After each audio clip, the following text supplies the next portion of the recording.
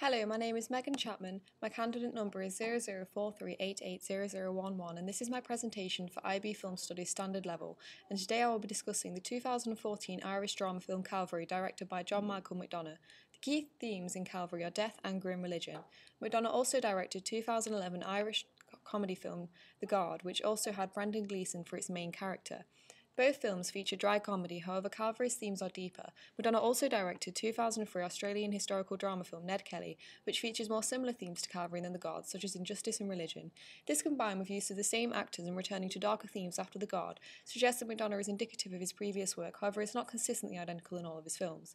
The binary opposition, individual versus community in Calvary, stimulates strong sympathy from the audience for Father James.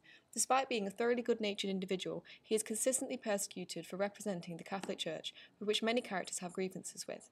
McDonagh's intent is to challenge stereotypes and stimulate the audience to consider that within what they may consider a bad group are good individuals.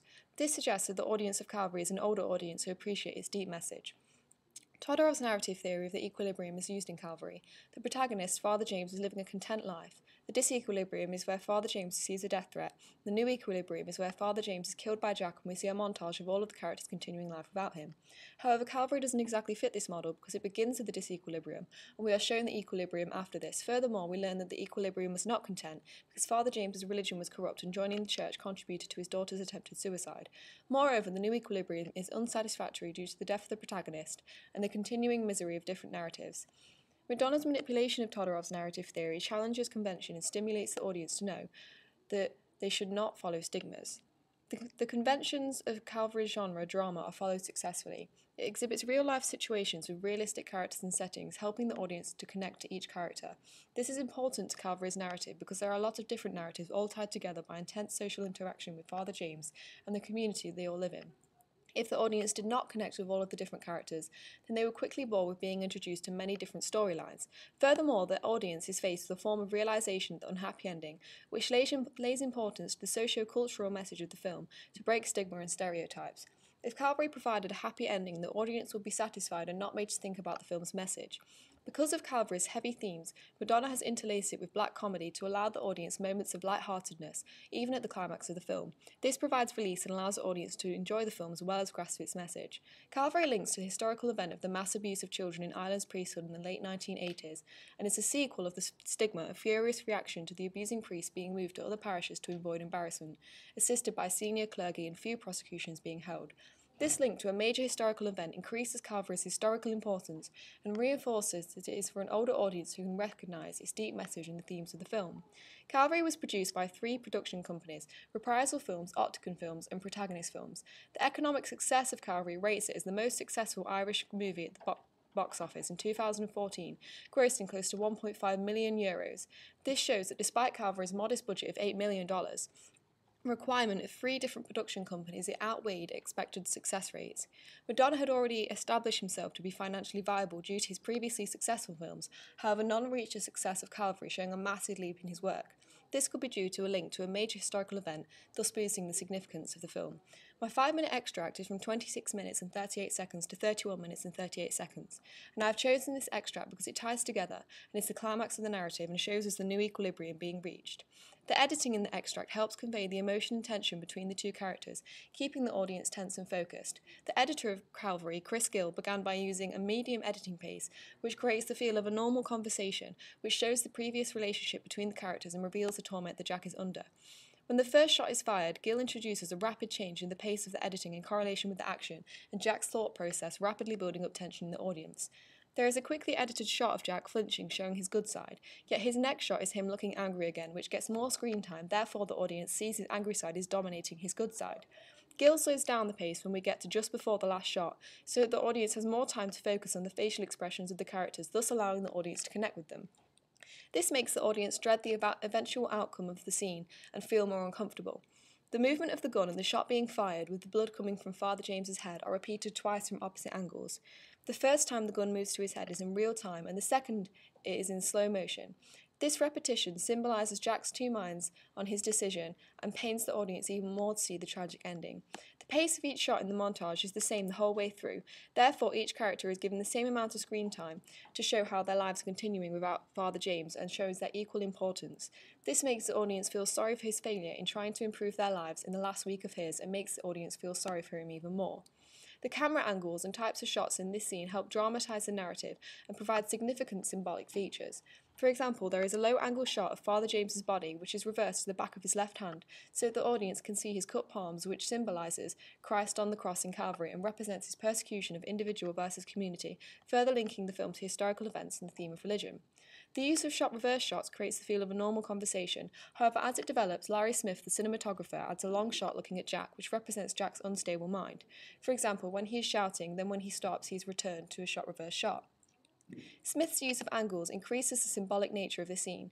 For example, there are low-angle shots of Jack and high-angle shots of Father James, which reinforces Jack's power over him. The close-up of Father James looking at Jack is one of the few shots where he is given power, because the angle is on the same level as him, which lures the audience into a false sense of security that Jack won't shoot. However, after this, high-angle mid-shots of Father James have Jack's gun above him, foreshadowing his imminent death, causing anxiety in the audience.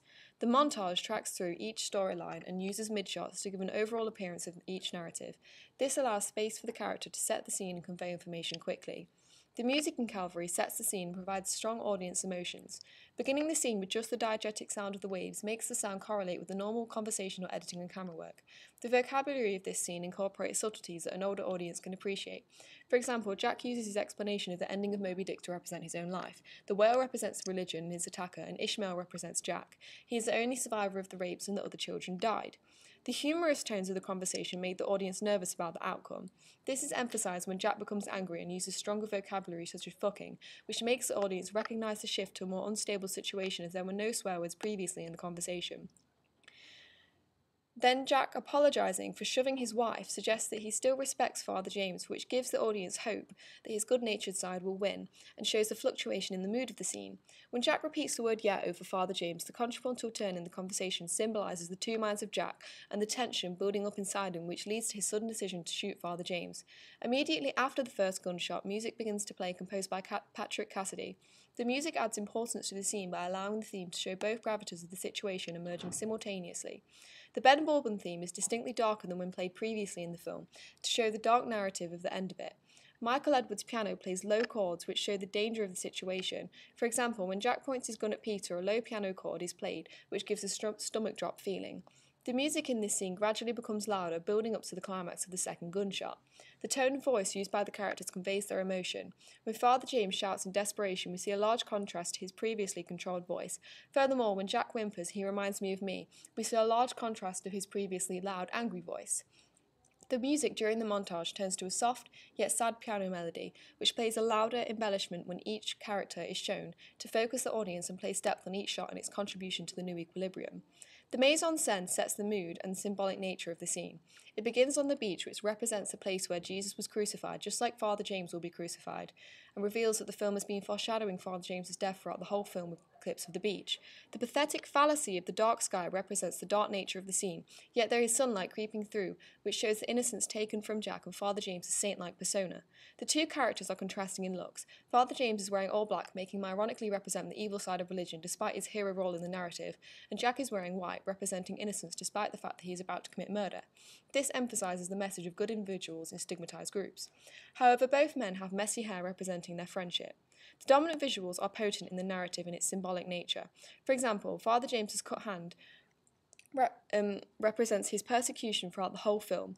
His symbol of Christ, and he has accepted his fate, hence holding out his hands. Jack's gun, which he's holding awkwardly, showing he is a good person, and his victimization is what led him to this drastic situation, encouraging the audience to feel sorry for him.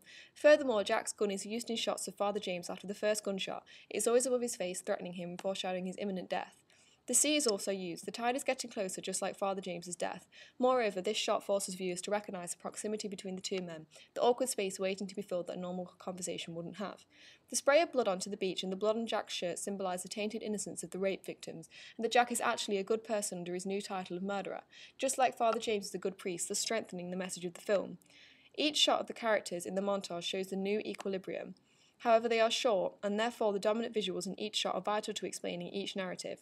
For example, Father Leary inspecting money, Bishop Garrett looking up from his book with the large words God, Milo handing a piece of paper over to an army officer, and Teresa forming the sign of the cross. In conclusion, the heavy themes in Calvary, its historical significance, and how this is conveyed through editing, camera, sound, and mise en scène leaves the audience with a powerful message, shocking them at the end of this unique and powerful film.